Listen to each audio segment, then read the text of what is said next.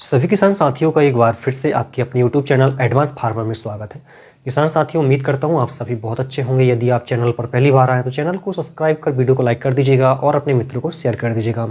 किसान साथियों, धान के अच्छे उत्पादन के लिए जितना महत्व वैरायटियों का होता है उससे कई ज़्यादा गुना महत्व नर्सरी का होता है। किसान भाइयों, जितनी अच्छी स्वस्थ और मजबूत नर्सरी हमारी रहेगी उतना अच्छा हमें उत्पादन मिलेगा।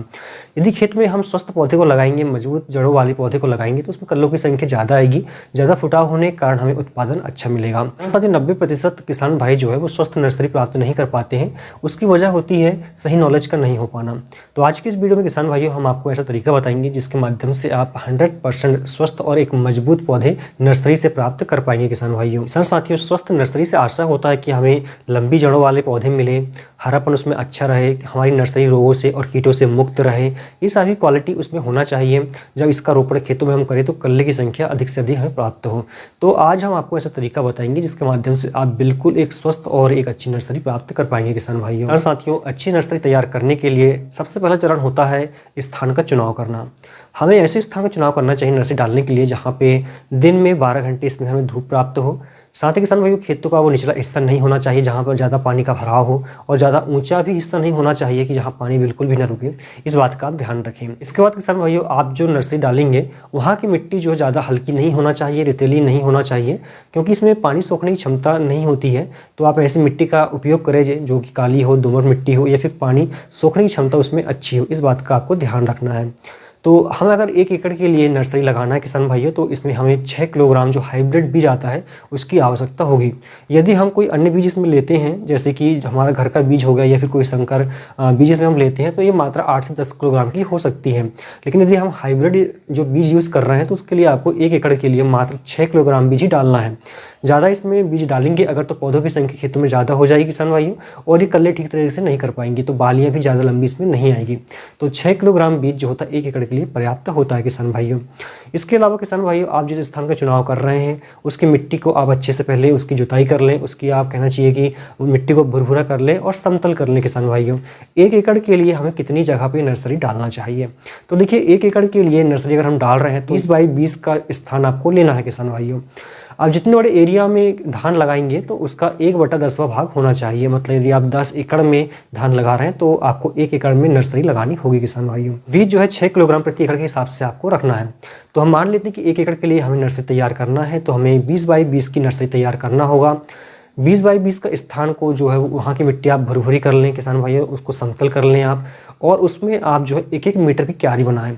बीच में 1-1 मीटर की दूरी पर आप नाली बना लें, तो वो नाली से जो हो, एक नाली से नाली की दूरी 1 मीटर की रखें तो वो एक क्यारी के रूप में बन जाएगी किसान भाइयों।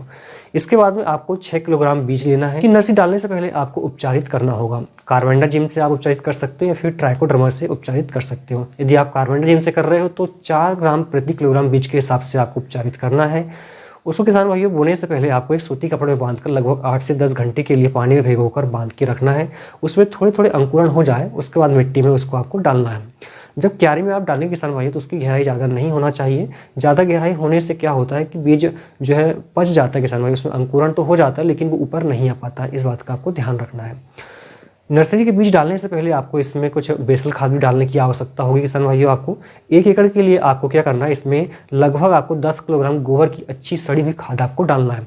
ध्यान रखें, गोबर की सड़ी हुई खाद होना चाहिए। यदि इसमें पर्याप्त कहना चाहिए सड़ी हुई खाद नहीं होगी तो धान में पीलापन आने की समस्या देखने को मिलेगी।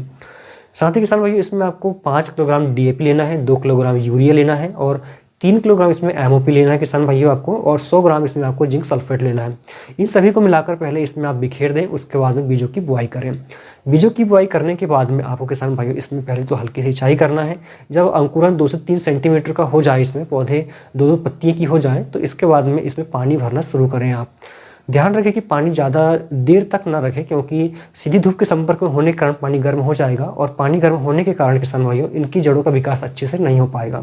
तो क्या करें, 2-3 घंटे के लिए आप पानी भरें इसमें, वो पानी आप निकाल दें, 2-3 घंटे का अंतराल रखें, फिर से पानी भरें इसमें। आपको इस तरीके से नर्सरी आपको तैयार करना है।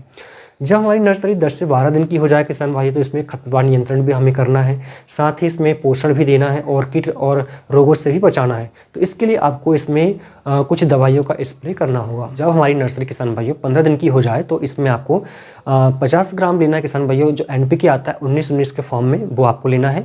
साथ ही इसमें आपको साफ फंगीसाइड जो UPL कंपनी का आता है वो 50 ग्राम आपको लेना है। साथ ही इसमें किसान भाइयों आपको कीटनाशक लेना है जो कि अलीका के नाम से आती है 10 ml, वो आपको लेना है। इन सभी को 15 लीटर पानी में मिलाकर आप इसमें स्प्रे करें तो आपकी जो फसल होगी वो अच्छा विकास करेगी किसान भाइयों।